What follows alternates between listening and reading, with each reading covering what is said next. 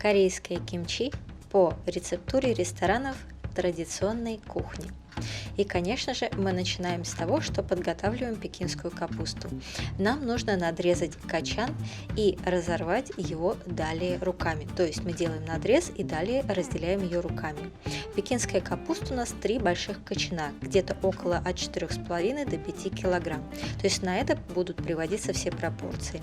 Затем мы вырезаем вот таким вот способом твердую часть кочерышки капусты. Посмотрите еще раз, пожалуйста, эту верхнюю часть у основания у кочерышки очень хорошо используют для приготовления кимчи-чиге. Далее, холодная вода нам потребуется в таком объеме, чтобы она покрывала всю капусту с учетом того, что мы положим пресс. И нам понадобится соль 1 килограмм в общем объеме.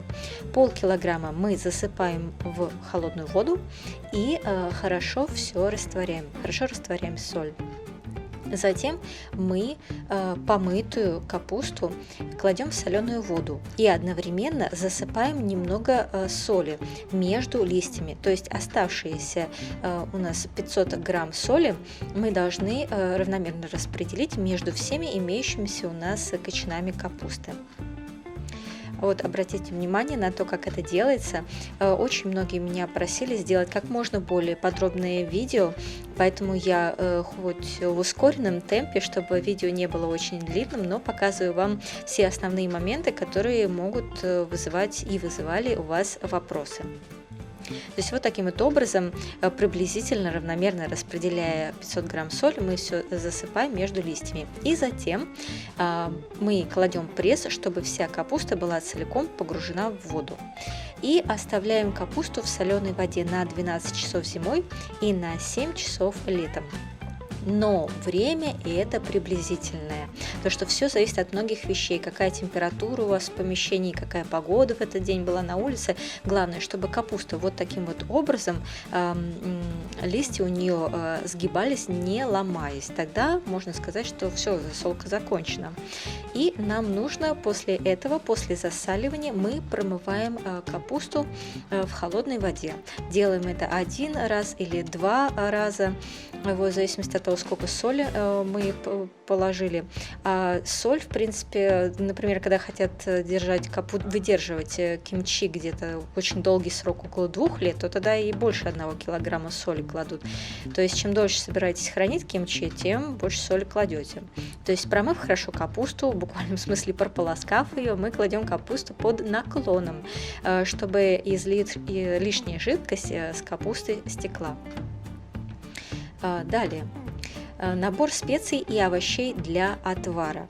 Отвар – это, собственно говоря, point сегодняшнего рецепта, той самой технологии, о которой я говорила, по которой готовят в корейских ресторанах традиционной корейской кухни. И для отвара нам понадобится 1 луковица, большая луковица, и также шелуха от луковиц, которую тоже нужно промыть где-то около, шелуха где-то около от 3 луковицах, такой объем. Затем нам нужна будет редиска. Вы можете использовать красный редис, где-то 4-5 штук, в зависимости от их размера, или же дайкон, редьку, тогда 150 грамм. Также зеленый лук, 1-2 штуки, в зависимости от размера, тоже закладываем в кастрюлю, и зеленый перец чили, 2-3 штуки, тоже зависит от размера, а также понадобятся сушеные грибы шиитаке, лучше 3 штуки, у меня вот 1 штука. И далее горсть белых кончиков зеленого лука вместе с их корнями, можно сухие, можно свежие, и немного свежего имбиря вместе с кожурой, совсем немного, и также 1 головка чеснока.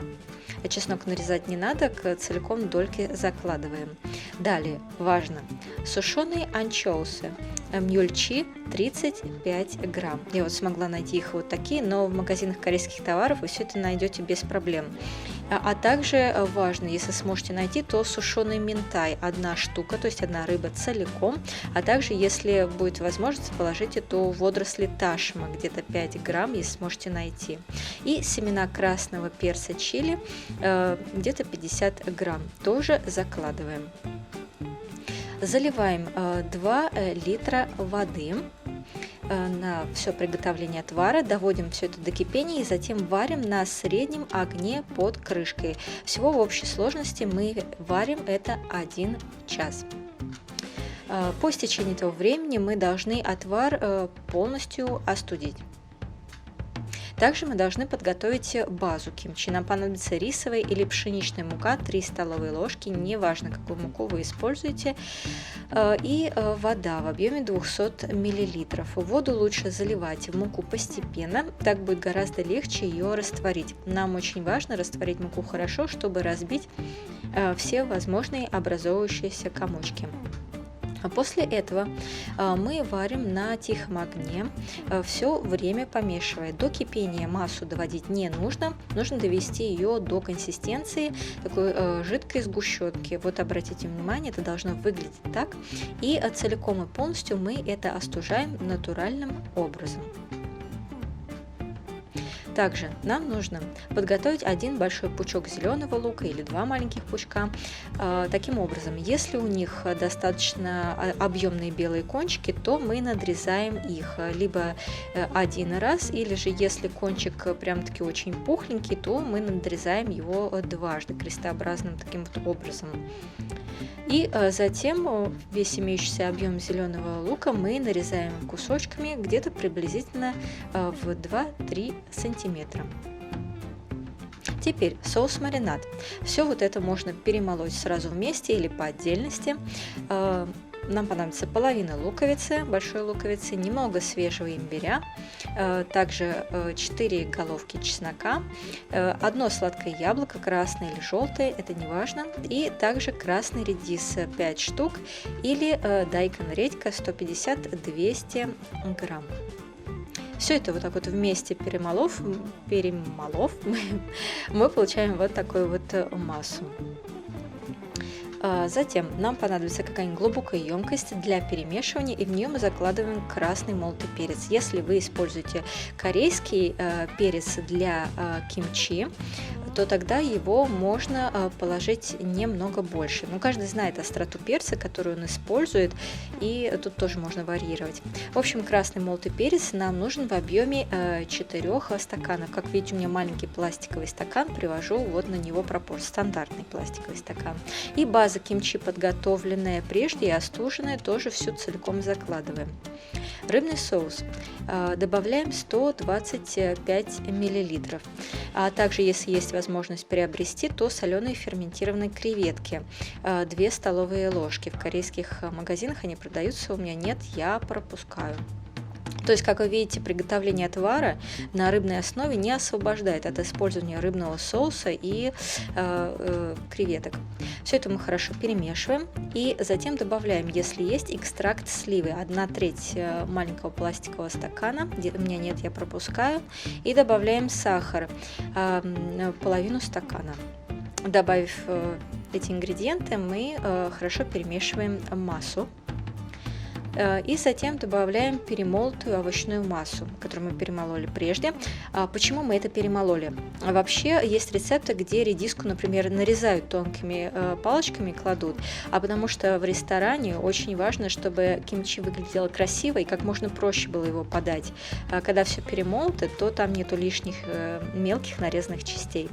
Мы все хорошо перемешали и теперь вливаем весь полученный и остуженный отвар. Удобно пользоваться для этого ситом, то есть я это делаю вот таким вот образом. Залив полученный отвар, мы хорошо перемешиваем эту массу, чтобы отвар равномерно распределился уже по подготовленному соусу. И последняя ступень, прежде нарезанный зеленый лук. Закладываем в соус-маринад и все еще раз хорошо перемешиваем до однородной массы.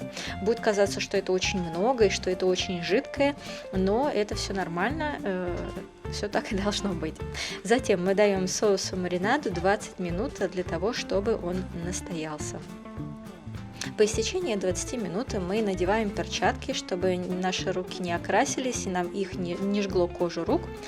И закладываем пекинскую капусту в какую-нибудь глубокую емкость, чтобы нам было удобно ее промазывать.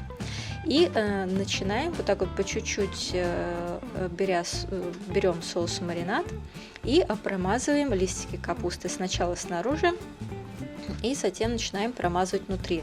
Многие на меня постоянно ругаются, что я в своих видео промазываю каждый лист кочана капусты с двух сторон, что, мол, так не делают и все такое. Да, в принципе, когда вы смотрите видео, как делают кимчи, вы увидите, что лист промазывается только с одной стороны. Почему? В целях экономии пасты маринада. В основном в Корее все делают кимчи очень-очень-очень большими объемами. Все это не дешевое, можно сказать, дорогое удовольствие. Поэтому вот эту пасту, соус, маринад стараются экономить. Я такими объемами не готовлю.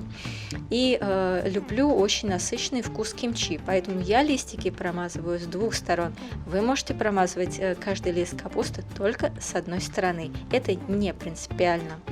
Вот. Как вы видите, каждый лист я вот так вот поднимаю и промазываю его с двух сторон. То есть на таком способе не настаиваю, можете промазывать лист с одной стороны. И очень важно, вот эти маленькие листики у капусты, вы тоже постарайтесь промазать их очень хорошо, потому что эта часть, так же как и основание, там, где была кочерышка, очень хорошо использовать для приготовления блюда кимчи чиге.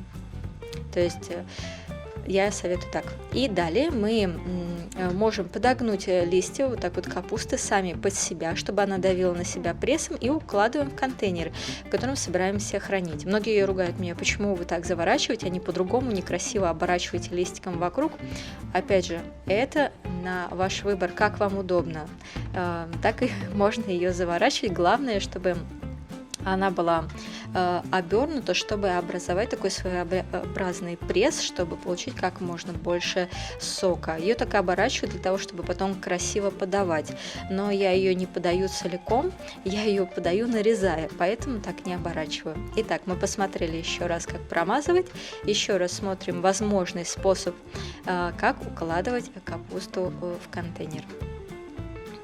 И уложив кочаны один на другой, чтобы они давили друг друга прессом, чтобы дали больше сока и лучше пропитались, мы один день держим вне холодильника и затем храним кимчи в холодильнике. Если у вас есть специальный холодильник кимчи, который поддерживает специальную температуру, то кимчи можно хранить аж сроком до 2 лет и получить специальный вид кимчи, который называется шин-кимчи. Если же у вас такого холодильника нет, и у вас обычный холодильник, то в принципе срок хранения получится от 6 месяцев максимум до 1 года. Выход срока годности определяется кислостью вкуса продукта. Если настолько кисло, что есть уже нет возможности, тогда значит срок вышел. И смотрите, в чем отличие этого кимчи, вот этого способа от других способов. Уже на 2-й день вы получаете очень много сока, а сок этот будет у кимчи вкусный, насыщенный, поэтому кимчи чиге получится очень-очень вкусный. Лайкайте, подписывайтесь и приятного аппетита!